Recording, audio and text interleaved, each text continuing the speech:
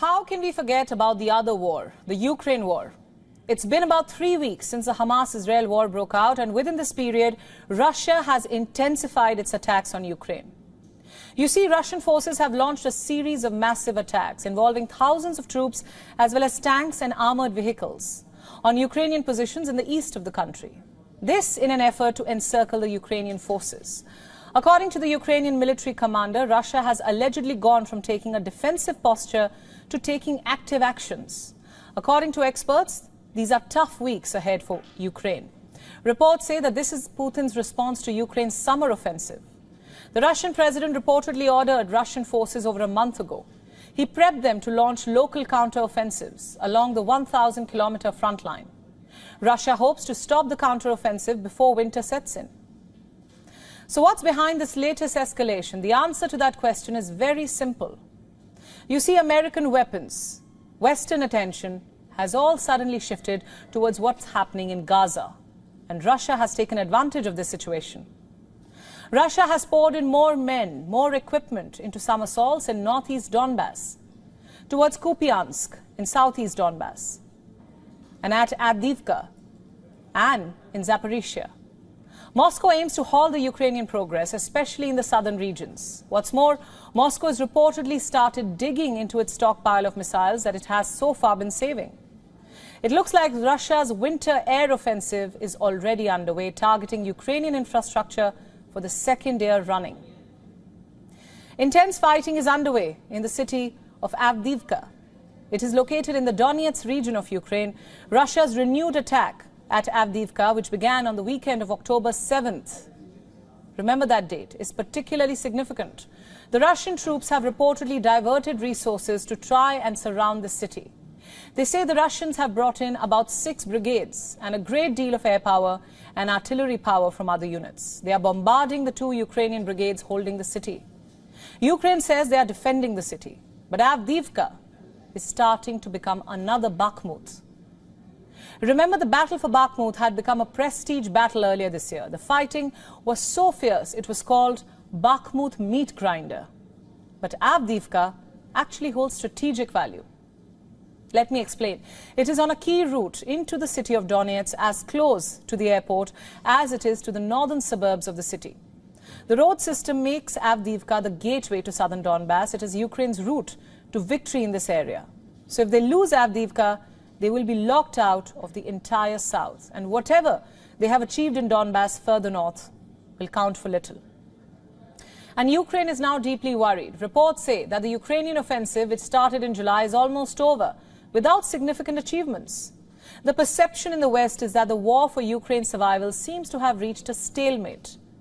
Kyiv kept demanding more and more weapons, but Ukrainian troops have not been able to gain much on ground because of Russia's formidable defense.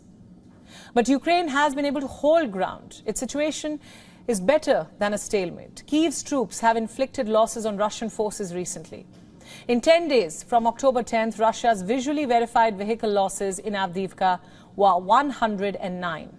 Ukraine was able to inflict damage to Russian tanks, fighting vehicles and supporting units.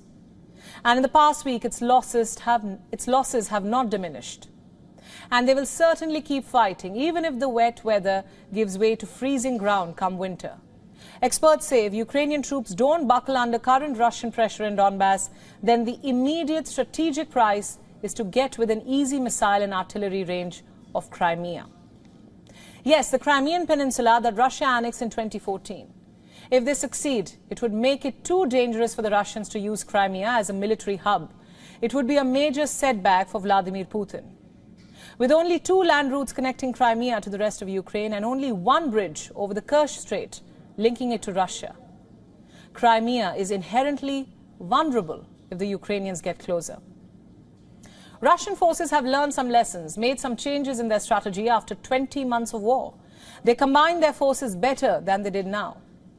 They use air power much more efficiently now. And they are able to protect their logistics more carefully now. On an operational level, the Russian High Command still throws one unit after another into the front line. It has no reserve and it keeps piling troops into the battlefield. This has now become a war of attrition, a type of conflict not witnessed in the West since World War I and II. Wars of attrition are won by the side that persists, the one capable of mobilizing its industry and directing its capacity straight to the battlefield. From advanced digital systems to ammunition to boots on the ground. The Russians are making their efforts, and so is Ukraine, however, with Western support stretched thin by the ongoing war in Gaza. Drawing every bit of attention away, can Ukraine really match up to Russia? It's a formidable challenge. Our next story is from Qatar. On Friday, it sentenced 8 Indian nationals to death. All 8 of them happen to be former Indian Navy personnel. 48 hours on, there's one question that everyone's asking. Will India be able to save them? Will it be able to get the sentence nullified and bring its veterans home? Let's tell you about the efforts being made by New Delhi. To start with, Indian Navy Chief Admiral R. Hari Kumar has issued a statement. He has said that the authorities are taking every possible step to ensure relief for the 8 personnel detained in Qatar. Allow me to quote his exact statement. The court hearing was supposed to be transcribed and provided to us on Sunday, but we heard the MEA statement on this. Every effort is being made by the government to ensure we take this up through the legal course and we get relief for our personnel. Shortly before this statement was issued, back in New Delhi, the Indian External Affairs Minister S. Jaishankar met with the families of the 8 Indians put on death row. He assured them that the government will make all efforts to secure their release. The Foreign Minister also put out a tweet about the meeting. It reads, and I quote, "Met this morning with the families of the 8 Indians detained in Qatar, stressed that the government attaches the highest importance to the case, fully share the concerns and pain of the families, underline that the government will continue to make all efforts to secure their release, will coordinate closely with the families in that regard." Now here's the thing, the personnel in question have been in jail since 2022. What has New Delhi done since then? Was India not proactive enough when the trial was happening? What was the Indian mission doing? These are the kinds of questions that are being asked. Reports say that India has made 8 bail pleas for their release. But all 8 times, the pleas were rejected. Why? Was our mission ever told why? If Qatar had nothing to say, then what is it hiding and why? Let me now take you through a brief timeline of the case. The story begins in 2017. This is when the 8 officers in question were employed by a defense firm in Qatar. The name of this firm is Dahra Global Technologies and Consulting Services. It apparently provides training to Qatar's Navy personnel. The CEO of this company is Khamis Al-Ajmi. He's a retired Air Force officer from Oman. The 8 officers had been working at Al-Ajmi's firm for over 5 years. Little did they know about the price they would have to pay for their service. On the midnight of August 30th, 2022, these officers were apparently summoned by Qatar's Interior Ministry. Once there, they were asked to accompany officials for a training program. But ever since that day, the officials never returned home. They were detained and put behind bars. So was their CEO, Khamis Al-Ajmi. When he went to secure their release, he was briefly detained by Qatari authorities. In November, right before the Qatar World Cup, he was released from prison. The officers were not. Why? Does this indicate a clear discrimination against Indians, even in treatment, according to prisoners? We ask again, if the charge is serious, why was one person released and Indians kept in jail? Why were Indians only detained? This is a big test for Indian diplomacy and its engagement with the Indian diaspora, especially in West Asia. Here's why I say this. Look at the figure on your screens now. When it comes to Indians being jailed abroad, West Asia tops the list. Bahrain has around 265 Indian prisoners. Kuwait 428, Qatar 682, Saudi Arabia 1,362, and the UAE 1,966. Many of them have been involved in crimes and have been convicted. But what about those languishing in jails only under suspicion? Do these prisoners receive the same treatment as others, or is there discrimination? The saga of these 8 veterans detained in Qatar has come as a telling reminder about a bitter reality. What's worse is that this decision has been taken by Qatar, a country that India helped when it was isolated by most of the Arab world. You see, in 2017, a host of Arab nations cut off official diplomatic and economic ties with Qatar for supporting Islamist groups. And this led to a huge drop in imports to Qatar by land and sea. At the time of this crisis, India was one of the first countries to help Qatar. It restructured import lines to circumvent the blockade. Has this gesture been forgotten? For nearly as long as there have been cars, there have been dreamers trying and failing to make them fly. The skies today are filled with airplanes, drones and helicopters, yet 100 years after the debut of aviation pioneer Glenn Curtis's autoplane in 1917, the car remains stuck on the ground. But perhaps for the first time in a century, flying cars may be a reality soon. Our next report tells you more about the world's first certified passenger-carrying air taxi. It will go into operations this year. Take a look.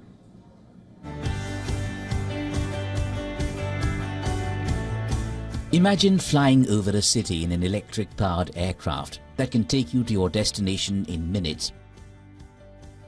That too without a pilot on board. Sounds like science fiction, right? Well, not anymore.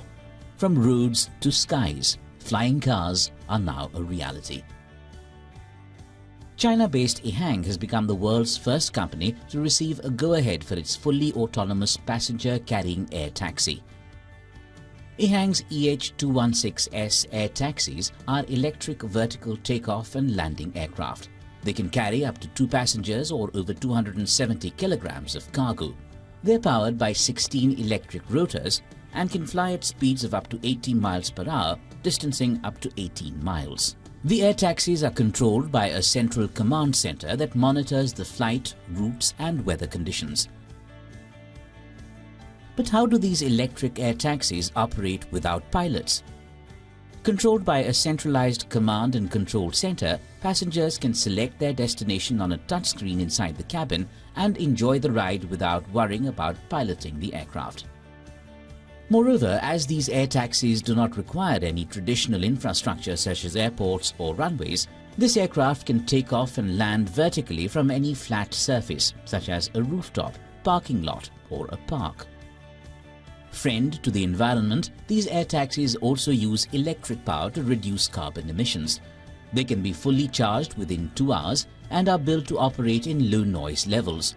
Equipped with multiple redundancies, the air taxi also has an emergency landing and parachute system that can be used in case of any malfunction. China is not the only country that has set sights on this dream project. In 2021, a prototype flying car completed the first ever test flight between airports in Slovakia.